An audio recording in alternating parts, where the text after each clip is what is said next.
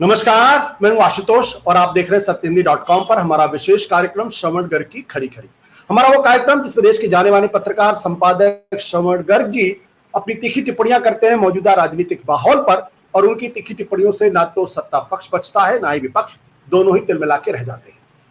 आज हम बातचीत करेंगे दरअसल एक बहुत ही ऐसे विषय पर जिस पर कम लोग बोलते हैं, कम लोग कहते हैं, लेकिन उसकी खुशबुसाहट हर जगह सुनाई पड़ती है। दौरान यह खुशबुसाहट बहुत तेज थी और उसके पहले भी कि दरअसल नरेंद्र मोदी, अमित शाह और योगी आदित्यनाथ के बीच में सब कुछ ठीक नहीं है, और कहीं ना कहीं एक कोशिश मोदी और अमित शाह की तरफ से हुई या होती रही है कि कैसे योगी आदित्यनाथ को हटाया जाए और उनकी जगह एक ऐसा नेता रखा जाए जो उनकी बातों को सुनने के लिए तैयार हो। उत्तर प्रदेश में पार्लियामेंट के चुनाव के दौरान ये खुशबुसाहट या अफवाह या अटकलें बहुत तेज हो गई और यहां तक कहा जाने लगा कि क्या ऐसा तो नहीं कि ये मुहिम है कि योगी आदित्यनाथ को हटाया जा रहा, किसी बड़े प्रोपेगेंडा का हिस्सा। इसमें कोई दो राय नहीं है कि योगी आदित्यनाथ आज की तारीख में नरेंद्र मोदी के बाद दूसरे सबसे बड़े हिंदुत्ववादी नेता हैं। उनका मासवेज भी है और उनको लोग सुनते भी हैं, उनकी डिमांड भी है। ऐसे में बड़ा सवाल ये उठता है कि जब उत्तर प्रदेश के अंदर भारतीय जनता पार्टी की इतनी बुरी हालत हो गई, 70 सीट की उम्मीद कर रहे हैं, 30 पे आके रुक गए हैं, गठबंधन के साथियों के साथ 36 पर, तो क्या योगी आदित्यनाथ के सिर पर जो तलवार लटक रही है वो नीचे गिरेगी कि नहीं गिरेगी? सवाल यही है, क्या नरेंद्र मोदी इनको हटाने की कोशिश करेंगे? क्या वो हटा पाएंगे? जानते हैं खुद श्रवण जी से। श्रवण जी, आपका बहुत बहुत स्वागत है। क्या कहना आपका? आपके सवाल में कई सवाल हैं। तो पहले तो मैं ये आपको कहना चाहता हूं कि योगी आदित्यनाथ का हिंदुत्व और मोदी का हिंदुत्व अलग अलग चीजें हैं। योगी आदित्यनाथ का जो हिंदुत्व है वो उसका उद्देश्य सत्ता नहीं है, उसका उद्देश्य धर्म है या हिंदू धर्म की स्थापना है या भारत को हिंदू राष्ट्र बनाना है। मोदी जी का जो हिंदू धर्म है या हिंदुत्व जो है वो सत्ता के लिए है। दोनों में बड़ा फर्क है। मोदी जी का जो पूरा हिंदुत्व है वो गुजरात से पैदा हुआ है और वो उसमें से जो निकला है, वायलेंस निकला है, वो अभी तक चल रहा है। योगी आदित्यनाथ का जो हिंदुत्व है वो गोरखनाथ के मठ से निकला है और उसकी एक परंपरा है। दोनों के हिंदुत्व में बहुत बड़ा फर्क है। अब आते हैं दूसरे सवाल पर। दूसरा सवाल यह है कि योगी आदित्यनाथ चुनौती है कि नहीं है, उनको हटाया जा सकता है कि नहीं।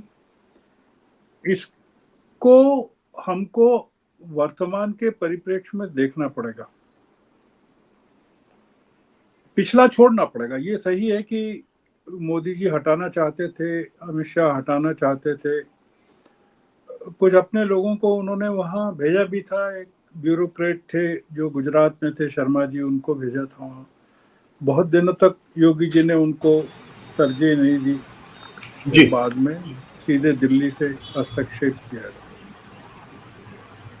चुनाव के बाद का परिदृश्य बदला हुआ है आशुतोष जी, और योगी, मोदी और अमित शाह की जरूरतें, मतलब चुनाव के बाद योगी बहुत मजबूत हो गए हैं, ज्यादा ताकतवर हो गए हैं और मोदी जी कमजोर हो गए हैं।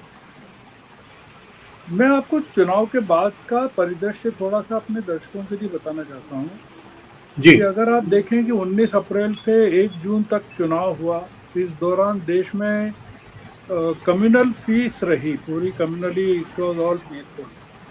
अगर कोई बड़ी घटनाएं नहीं हुई। उसके पहले के चुनाव प्रचार के दौरान भी कोई बहुत आपको ऐसी घटनाएं सुनने को नहीं मिली। 1 जून के मतदान के आखिरी मतदान के बाद भी 4 जून तक कुछ सब कुछ ठीक रहा। अब आप देख रहे हैं मंगलवार को अलीगढ़ में एक मॉब लिंचिंग हो गई।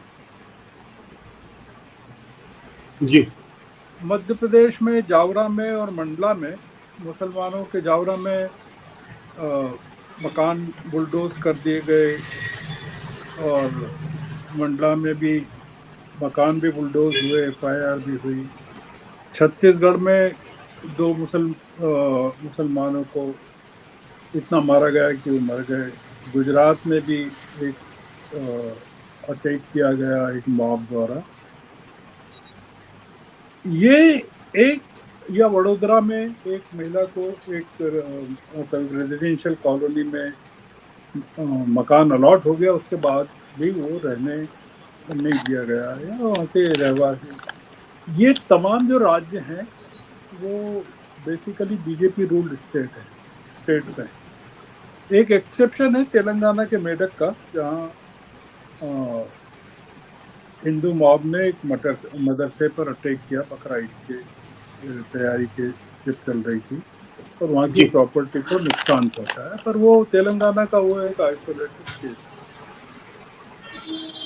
ये जो राइज ऑफ हिंदुइज्म है, या हिंदुत्व है, या कम्युनलिज्म है, हमको अब जो चल रहा है बीजेपी में, उसको इस नजरिए से देखना पड़ेगा।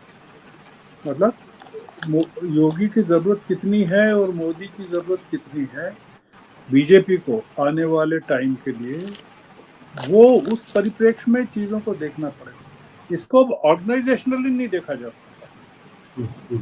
उसका कारण ये कि अब जैसे नड्डा जी का कार्यकाल पूरा हो गया, पर आप देख रहे हैं कि जो खबर है कि उनका कार्यकाल अब फिर बढ़ा रहे हैं, मतलब ऑलरेडी एक्सटेंशन पे थे वो, और फिर उनको फिर से बढ़ा रहे हैं विधानसभा चुनाव तक। और व्यवस्था ऐसी कर रहे हैं कि उनके नीचे कोई कार्यकारी अध्यक्ष बन जाए, कोई महासचिव बन जाए, क्योंकि वो मंत्री रहते हुए एक और पद पे नहीं बने रह सकते। तो बीजेपी में, और आप ये तो चर्चा अपन कर चुके हैं कि संघ का जो हमला चल रहा है, तो आपके प्रश्न का उल्टा जवाब ये है कि क्या मोदी जी योगी के लिए चुनौती बनना चाहेंगे क्या? मतलब पहले ये था कि योगी जी को हटाना चाहते हैं, जैसा आपने भी कहा, शाह साहब के बारे में भी कहा। अब मैं इससे उल्टा पूछता हूँ कि क्या योगी को हटा पाएंगे क्या, या सब कुछ ठीक है बीजेपी में और आरएसएस में, चाहते हैं क्या, चाह सकते हैं क्या, चाह सकेंगे क्या? दूसरा मुद्दा ये कि योगी को हटाने का एक पुराना किस्सा तो छोड़ दीजिए, पुराना माहौल चुनाव के पहले का, नए माहौल में उनको उनको ये एक एक्सक्यूज हो सकता है कि योगी यूपी में जो हार हुई है बहुत जबरदस्त तरीके से, जी। उसके लिए, जैसे समाजवादी पार्टी की सीटें 37 हो गई, या कांग्रेस की 6 हो गई, ये बड़े जो सेटबैक्स रहे, जो हार के कारण रहे, क्या इसको आधार बनाया जा सकता है क्या कि वो उनको उस योगी के कारण हुआ, ऐसा क्या माना जा सकता है? तो अगर हुआ तो फिर महाराष्ट्र के और पश्चिम बंगाल के नतीजों को लेकर क्या करेंगे आप? मतलब वहाँ तो कोई योगी है नहीं, वहाँ तो फडणवीस हैं, और वो सुधेंदु हैं, बोस साहब हैं, तमाम लोग हैं। महाराष्ट्र के नतीजों को लेकर फडणवीस ने जो एक तुरंत प्रतिक्रिया आई थी, वो इस्तीफा दे दिया था, पेशकश थी, तो उनको मना लिया गया कि भाई नहीं, आप बने रहिए, क्योंकि महाराष्ट्र में चुनाव है। इसमें जो पॉइंट है वो ये कि महाराष्ट्र में फडणवीस का कोई विकल्प नहीं है। तो क्या उत्तर प्रदेश में है क्या योगी का कोई विकल्प? ये मुद्दा उठता है। तो उत्तर प्रदेश में भी योगी का कोई विकल्प नहीं। योगी के विकल्प का मतलब है कि या तो आप हिंदुत्व को छोड़ रहे हैं और ओबीसी और दलित रिप्रेजेंटेशन की तरफ जा रहे हैं लीडरशिप में, क्या आप हिंदुत्व को छोड़ सकते हैं क्या?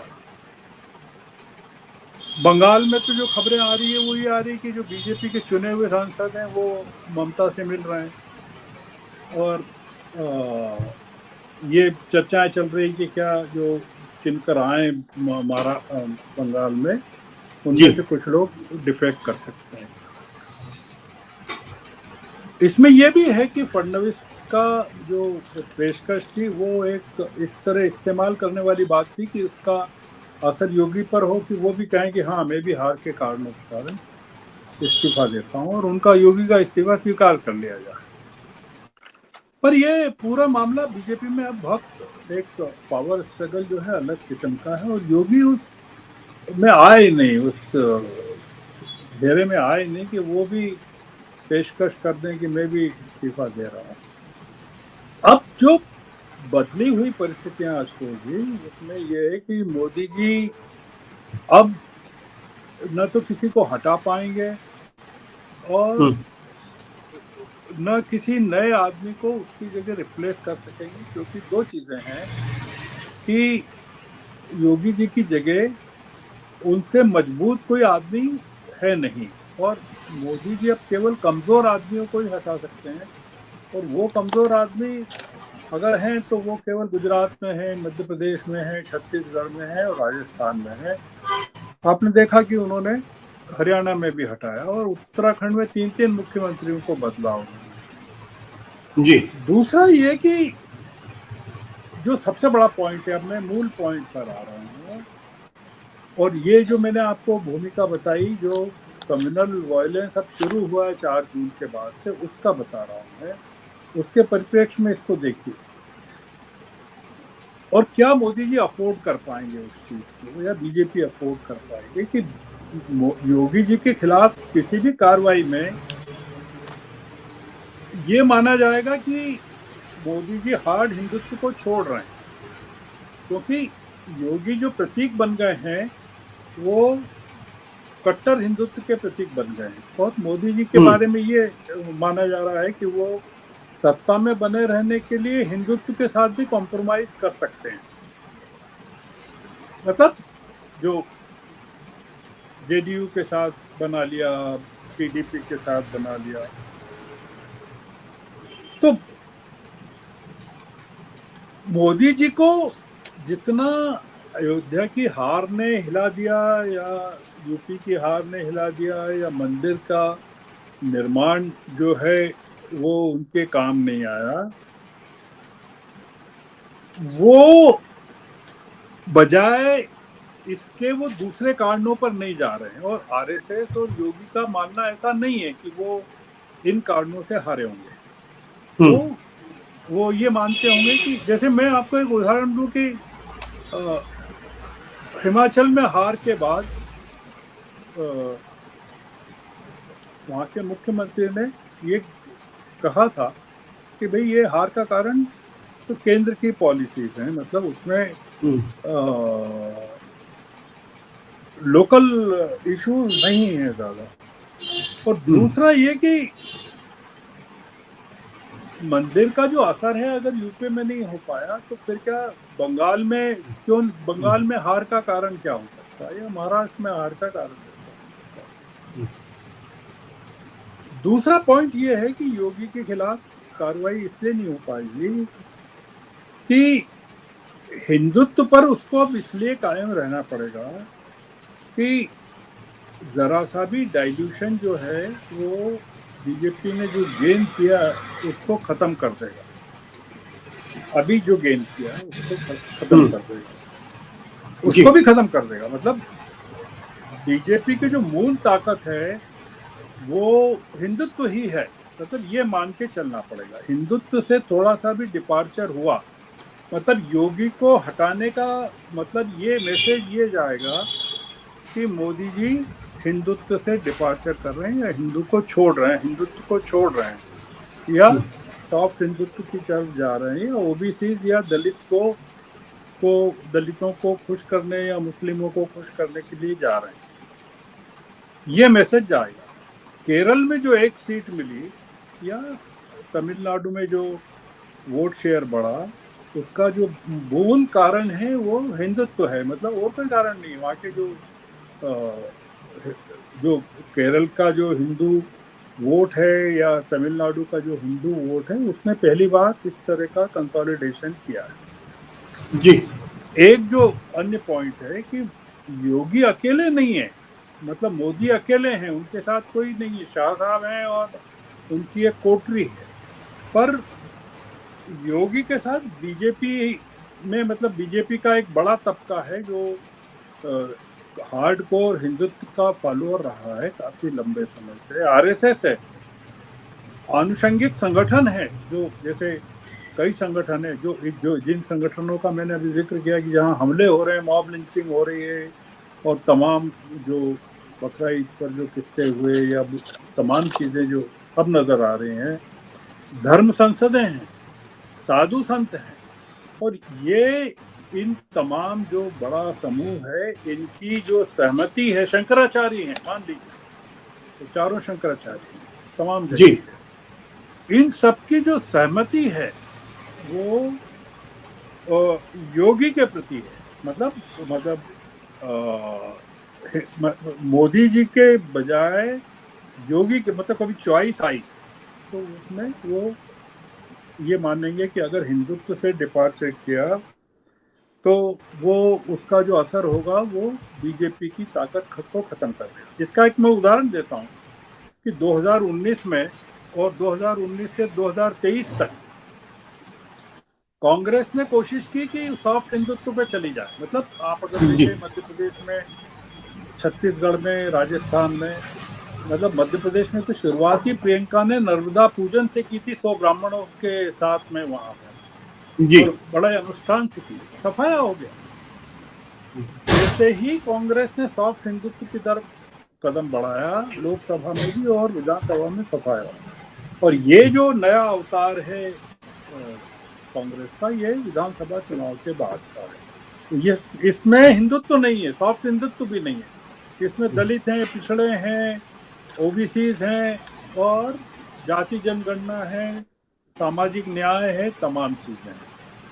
तो अब मुद्दा ये है कि अगर बीजेपी योगी को हटाती है तो उसको, जैसा मैंने कहा, कि वो हिंदुत्व से डिपार्चर माना जाएगा, और उस स्थिति में संघ और जो अनुषंगिक संगठन है वो फिर मोदी को हटाना ज्यादा पसंद करेंगे, बजाय योगी को हटाने के किसी भी प्रयास का साथ देने के। मेरा ऐसा मानना है आशुतोष जी कि आने वाले टाइम में योगी जैसे लोग और ताकतवर होने वाले हैं, क्योंकि जो आप एक देखें दुनिया भर में जो ताकतें ताकतवर हो रही हैं वो राइटिस्ट हैं। मतलब अपन इस समय बहस का टाइम नहीं है, पर एक जो मुद्दा है और उसमें ये जो 240 सीटें हैं, ये मैं मानता हूं कि बीजेपी की असली ताकत है। जो इतने तमाम अ, विरोधों, विपक्ष के संगठन, तमाम चीजें होने के बावजूद 240 अगर बीजेपी ने प्राप्त की है, तो मैं एक जो कंक्लूडिंग रिमार्क ये कहना चाहता हूँ कि राहुल गांधी के लिए आने वाले वक्त में जो जी बड़ी चुनौती होगी वो योगी से हो सकती है, योगी जैसे लोगों से हो सकती है। और उन्होंने जो अभी अपनी एक प्रेस कॉन्फ्रेंस में संघ पर हमला किया कि तमाम संस्थाओं पर संघ ने कब्जा कर लिया है, और ये जो नीट के पूरे नतीजों को लेकर जो उन्होंने प्रहार किया, कि इसका बेसिक रीजन ये है कि संघ ने, क्या संघ के हिंदुत्व ने कब्जा कर लिया, जिसमें पाठ्य पुस्तकें भी शामिल हैं, तमाम चीजें शामिल हैं, रिवीजन शामिल है। ये जो मामला है, ये योगी की असली ताकत ये नहीं है कि वो मोदी जी की कृपा पर बने हुए हैं। मोदी जी चाहते तो उनको कभी का हटा दे। योगी जी ने अपनी खुद की ताकत को काफी, अब मेरा ऐसा मानना है कि मोदी जी को अगर सत्ता में बने रहना है तो उनको योगी जी की मदद लेना पड़ेगी। नहीं तो बीजेपी में अगर डिवीजन होता है और आरएसएस और योगी और तमाम ये लोग मिलकर तय करेंगे, तो मोदी जी के लिए विपक्ष से ज्यादा चुनौती अंदर से पैदा होगी। और जो हो रही है, जो कि अभी राष्ट्र प्रेसिडेंट के, पार्टी प्रेसिडेंट के चुनाव को लेकर या चयन को लेकर जो वो नहीं कर पा रहे हैं, वो उसका सबसे बड़ा इंडिकेशन है कि उसमें उनको सहमति प्राप्त नहीं हो रही है, पार्टी के अंदर से भी, संघ की तरफ से भी और तमाम घटकों की तरफ से भी। तो ये आपके सवाल का कुछ गोलमाल सा जवाब मैंने दिया है। अगर आपको इससे संतुष्ट हैं तो ठीक है, नहीं तो अपन अगली किसी बहस में और इसको आगे बढ़ा सकते हैं। जी नहीं, धन्यवाद सर, थैंक यू। संतुष्ट तो हम है, इसीलिए तो थैंक यू। Thank you.